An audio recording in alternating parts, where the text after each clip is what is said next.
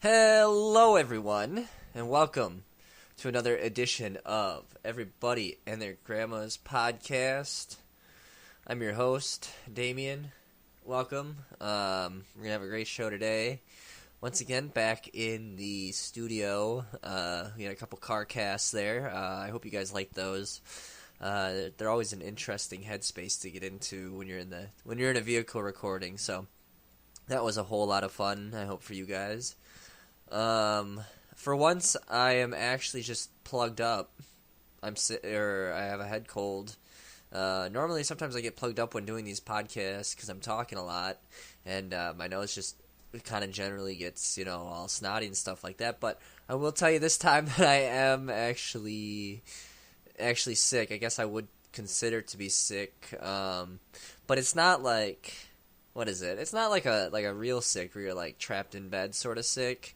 It's more like a sick where you can still do things, but the only problem is, you can do things. That's the problem. Usually when you're sick, you get the excuse of not doing anything, and so, you stay in bed all day and waste all your time, and that's not what type of cold this is. This is like a low energy sort of like, I'm sick but not that sick sort of thing, which always sucks in my book. It's like a half-assed sort of cold. If you're gonna get sick in the first place, you might as well go all out and be throwing up and stuff like that. But this whole I would say being sick sort of thing, it sucks. So if I currently had a job, which I will go to today, I would still have to go,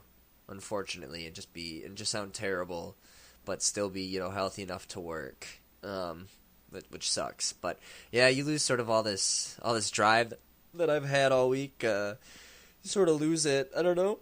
Excuse me. But yeah, you lose this drive that you have, and it sucks. But it didn't really affect me until today. I had an interview this morning for a job, and I just felt I felt okay going to it because I popped what was ever left of the cold medicine from the actual cold season, because I don't think this is cold season anymore. I think it's sort of like post cold season, and whatever you get, if you do get sick, it's sort of your own fault for not being able to avoid it properly. So you can't place the blame anywhere else. I really think it was probably because I sat in front of a cold like bay window all fucking night one night on my last week here. Which speaking of which, let's talk about the week here. That sounds like a good idea to me. What do you guys think? Yeah, my week. So last week I gave you a car cast where I recorded straight in my car coming home from work. That's always fun. Unfortunately, I no longer work at that job, so there will be for the foreseeable future, no more car casts, which, if you really like them, you're probably sad, but if you really didn't care for them, then you probably don't care either way. Yeah, there's that. But yeah, big happenings. Sort of gave in my 2-week notice at my one job and then didn't even follow through all the way through. This would have been the second week here, but tonight I have orientation for a different job, so I really didn't follow through with the 2-week idea at the previous job. I've never been a big fan of 2 weeks, 2 weeks here, drag it out sort of thing.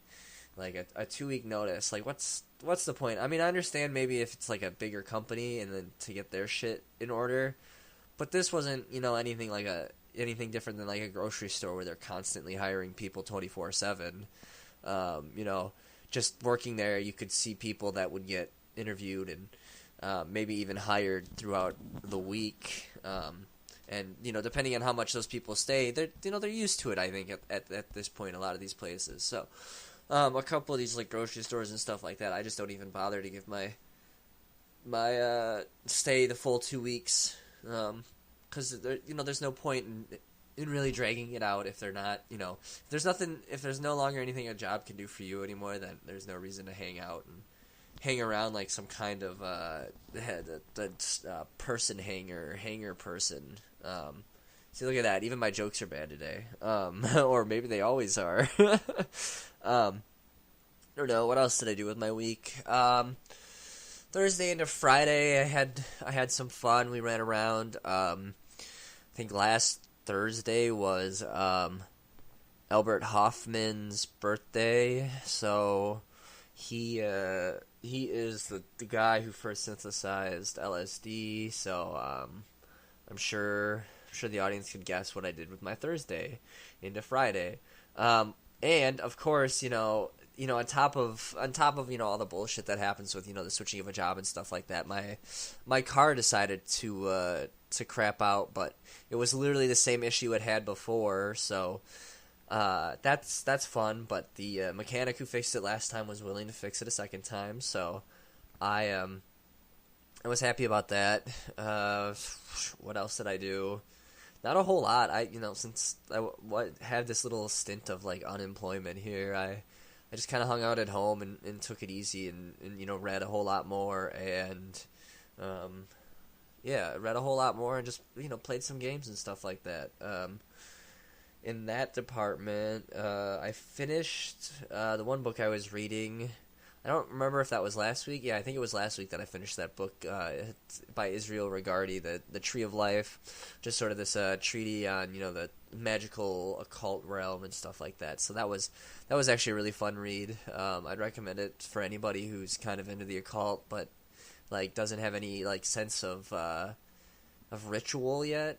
That definitely gave me a stronger sense of like how sort of major invocations and evocations work when it comes to ritual. But I think that might be a podcast topic for another time. I don't think that... Yeah, I think it should be more of a congruent thing if I'm going to talk about my history with Magic, as they'd call it. What else? What else did I play? Ooh, I actually finally picked back up Digital Devil Saga Part 2. That's always fun. Yeah, I was probably like 2 dungeons away from the final dungeon, which I'm on now.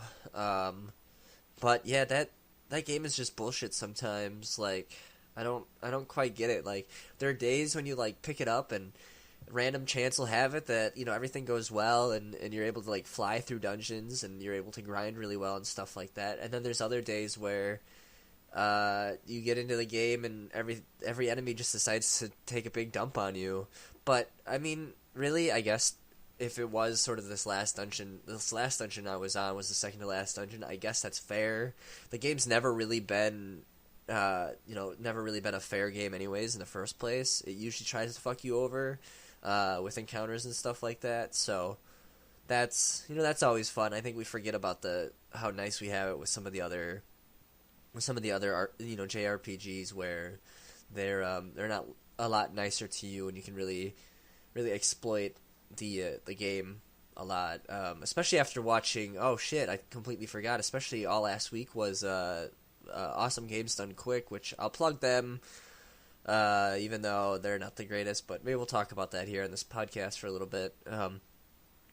But yeah, in that they like exploit stuff all the time, so it's always kind of refreshing to actually have a genuine challenge in a video game. But yeah, now I'm at the final, I would say the final dungeon, and shit got really crazy, like I knew it would. We're kind of, not to spoil anything, but we're on the surface of the sun. Take whatever that means to heart. That's always a fun time. Anyway, yeah, so I re-picked that back up. That's fun. I'm gonna finish that. I'm gonna try and finish that tonight when I get back. Unless I end up reading way longer again. Still reading Mein Kampf for those of you who keep up to date on what I read. I'm getting towards the end of that. I'm really flying through this. I'm in the second half, and I'm really flying through this second half. It's a lot about. What am I looking for here? It's more about the party movement and stuff like that now, finally. I mean, there's a little bit of his, like, history with the party movement and stuff like that where he talks about that, but that sort of takes a backseat to more some of these ideas that he postulates forward on on how a movement, sort of should work. How to talk and how to dress, and needing a symbol and stuff like that, and tenets of what the party sort of aims to do. So that's always fun. Maybe once I finish the second half, we'll have another national car cast. I really like the title of that last one. I thought it was really funny.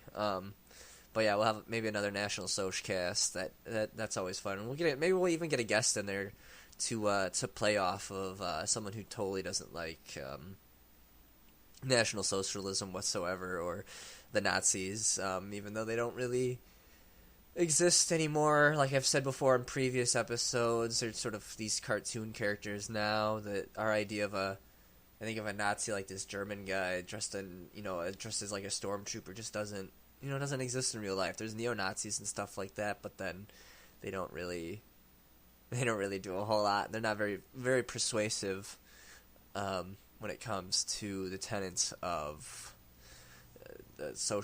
National Socialism, I guess would be the term, but they just kind of fall at the wayside.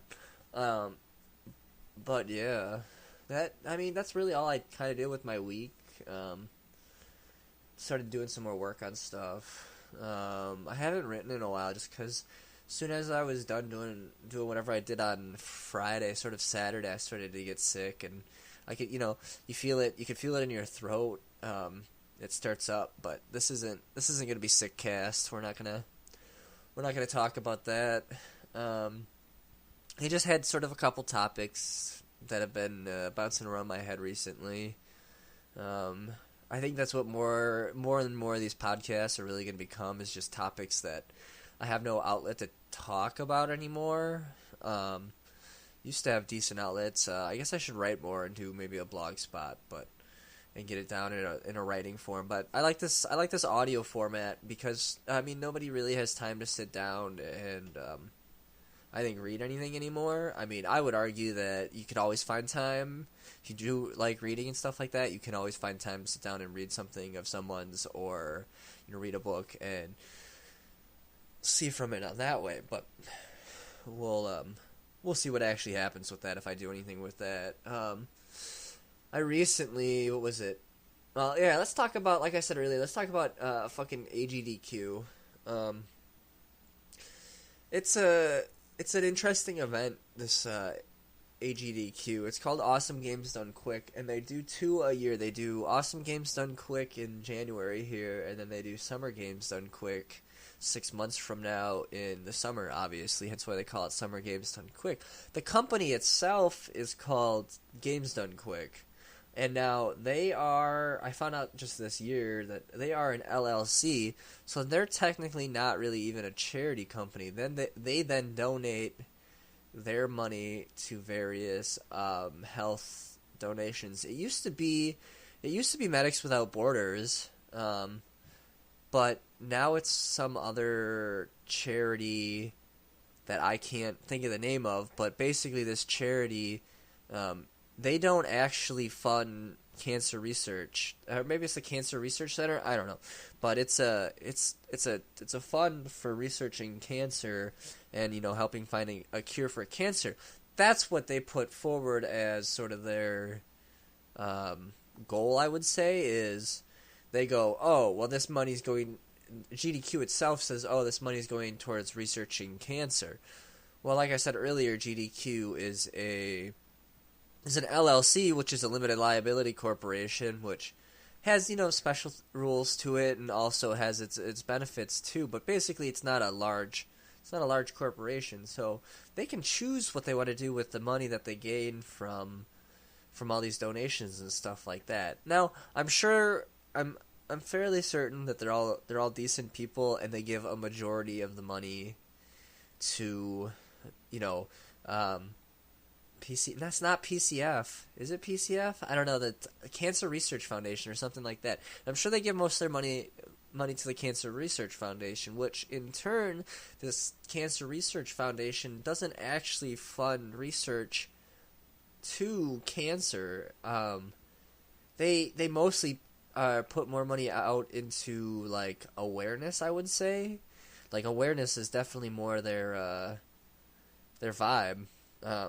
At least that's what I've been reading. Now I don't know if how true that is, but they tend to put out more propaganda and awareness stuff than actually funding real research into cancer and how to fix it, or giving it to doctors and stuff like that. Which is strange because, whenever they talk about it on the stream over this past week, it makes it sound like that they actually do give it to cancer research, which, I mean, I guess maybe awareness is important, but I don't think awareness is that important other than, actually putting money into research.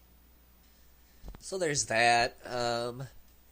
What else? The speedrunning community, to use lack of a better word, is already pretty autistic, so they're ripe for sort of any parasitic group or just terrible group to get in and push their way in, because a lot of these autistic guys, which I understand that they're not actually autistic. It's just the saying. I'll preface it with that. It's the joke.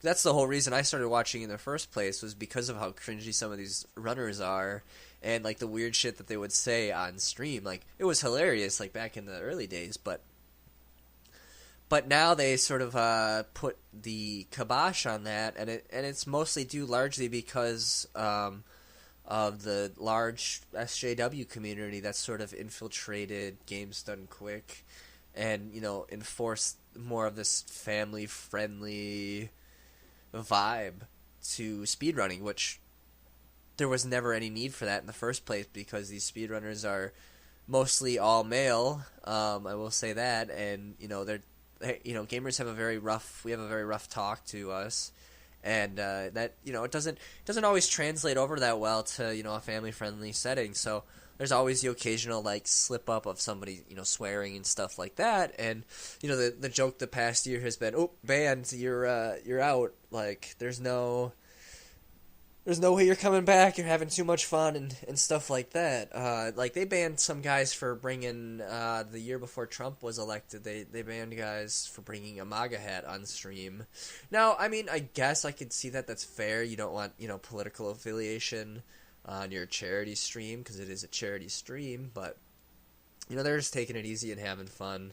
There was one other guys, maybe they were the same group of guys who were, they were making Owen Wilson wow noises. They're going, wow, after anything funny happened, and we were all having fun. It was a pretty good Jak and Daxter run, but there was none of that shenanigans this year. I think, if anything, the biggest shenanigans was with these with the transsexuals on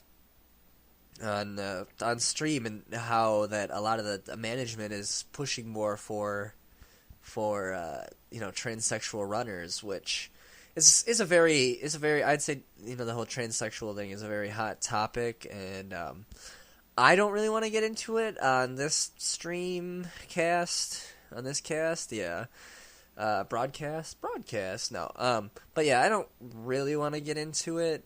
Maybe if I have someone to, play ideas off of in the studio here, which I was thinking about it, we need to get some more guests in here. It's been pretty boring with just me. Then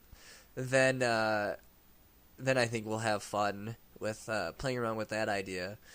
But until then, I'm going to keep my hands off the topic, but they have, at least in regards to GDQ, Games Done Quick, they have pretty much, infiltrated and pushed their way into this community where I don't know if they really belong there. The SJWs, social justice warriors, to use a terrible term, sort of an outdated term, maybe even, but the liberal side of things, they tend to infiltrate groups that don't necessarily need them there.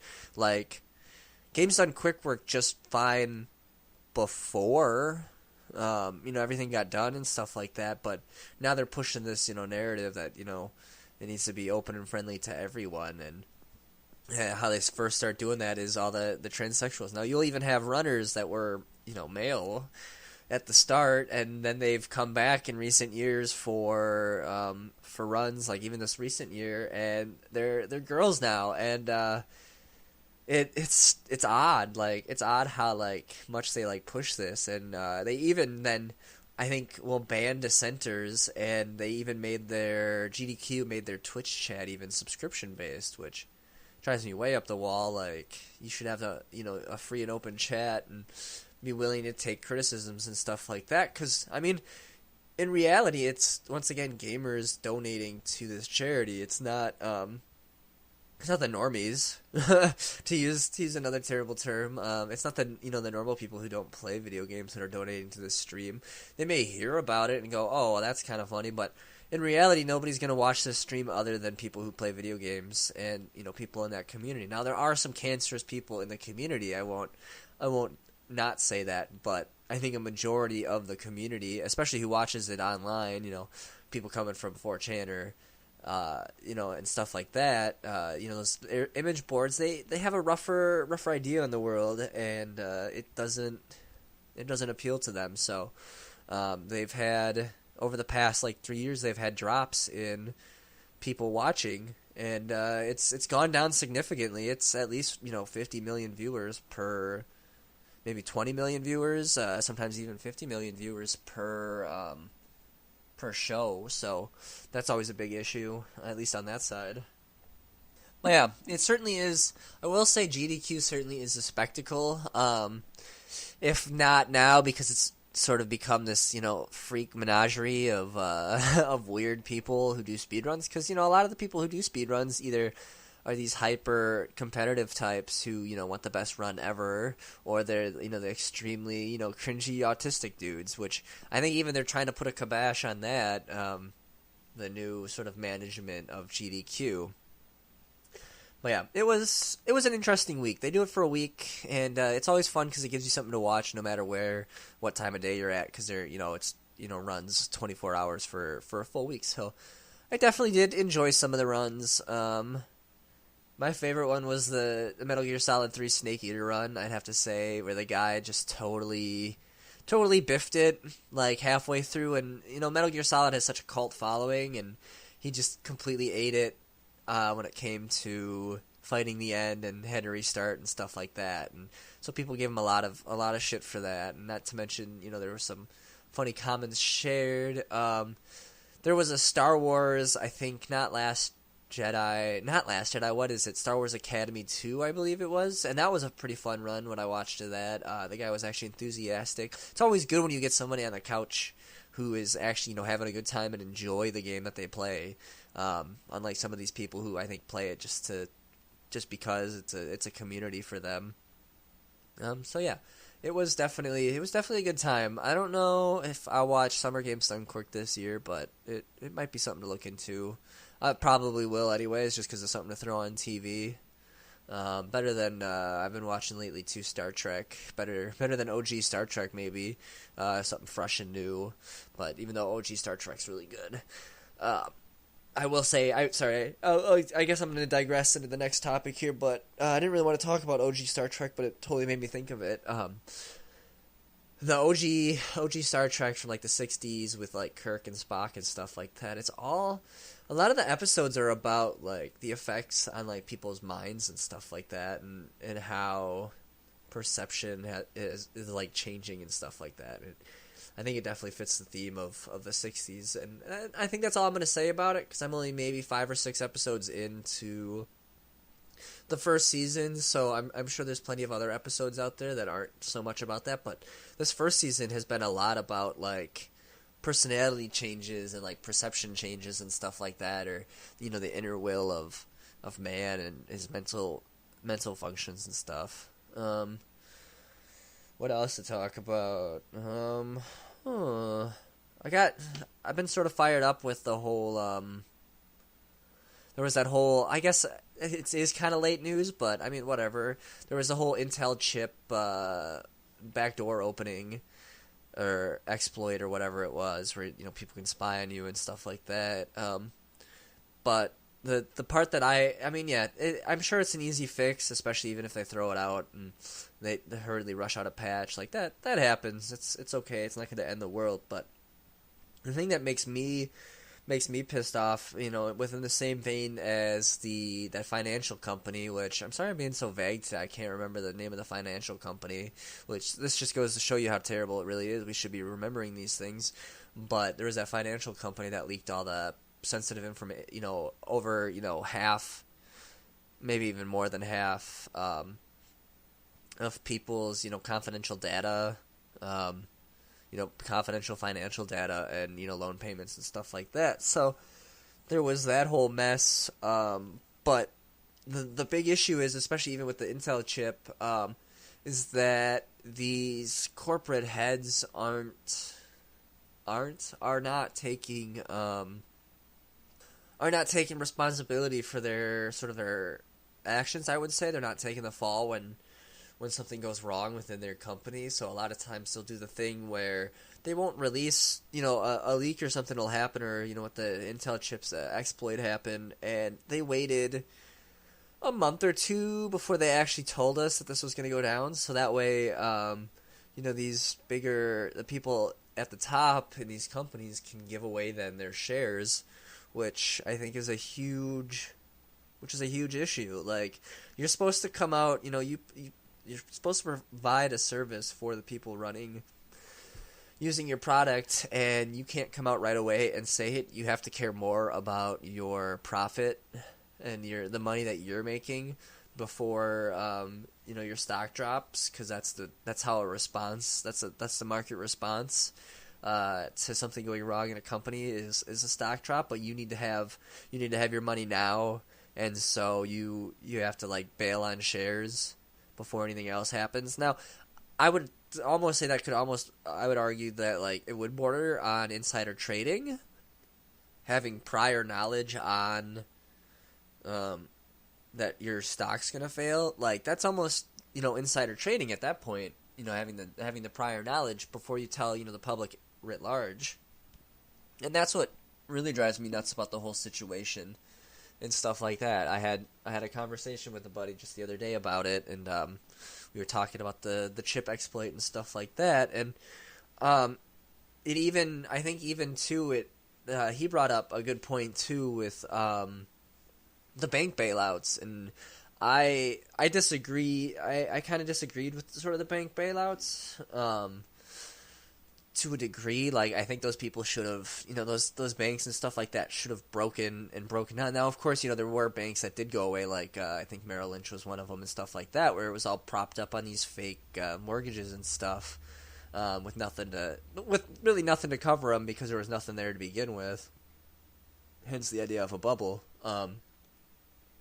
But even in that case, too, a lot of them didn't take responsibility for their actions, and that's always a big issue in my book. What's on a corporation level and stuff like that. And you can even see it in healthcare. What's more important, delivering a profit to shareholders, or the customers and your clientele that you're supposed to that you made the company for in the first place? Now, I can understand banking and stuff like that. There's that, but you're making money off of banking, which is by itself already problematic. There's that word. Sorry, I should take a drink now because I used problematic. There's it is a second time, but it's a big issue when it comes to those levels and stuff like that. And my one buddy, he asked me, I'm going to use him as my allegory because it's easier to bounce an idea off of him, and he goes, well, I don't know a whole lot about that, and I feel like I know a decent amount to make the argument. And so my argument was that they should have been disbarred almost from these corporate jobs, or these companies should have failed and been destroyed. Now like I've said before, I like capitalism and stuff like that, but you can't really have capitalism unless you have sort of this competition. And, the only way to get competition is if these large firms, died.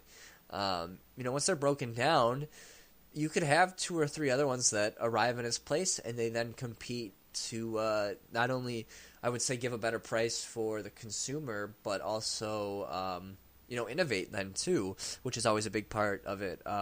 You can certainly, go on living these old ways with these big firms, sort of like these dinosaurs that lumber around and they're so, posted up and stuff like that. But at a certain point, we have to decide, hey, it's okay that this big company goes away. Like, it's not the end of the world. Like, two more will certainly come in its place, and that's I thought was the whole idea of capitalism, is that you have this, recycling and re-kneading almost of this, this corporate dough, or this market dough.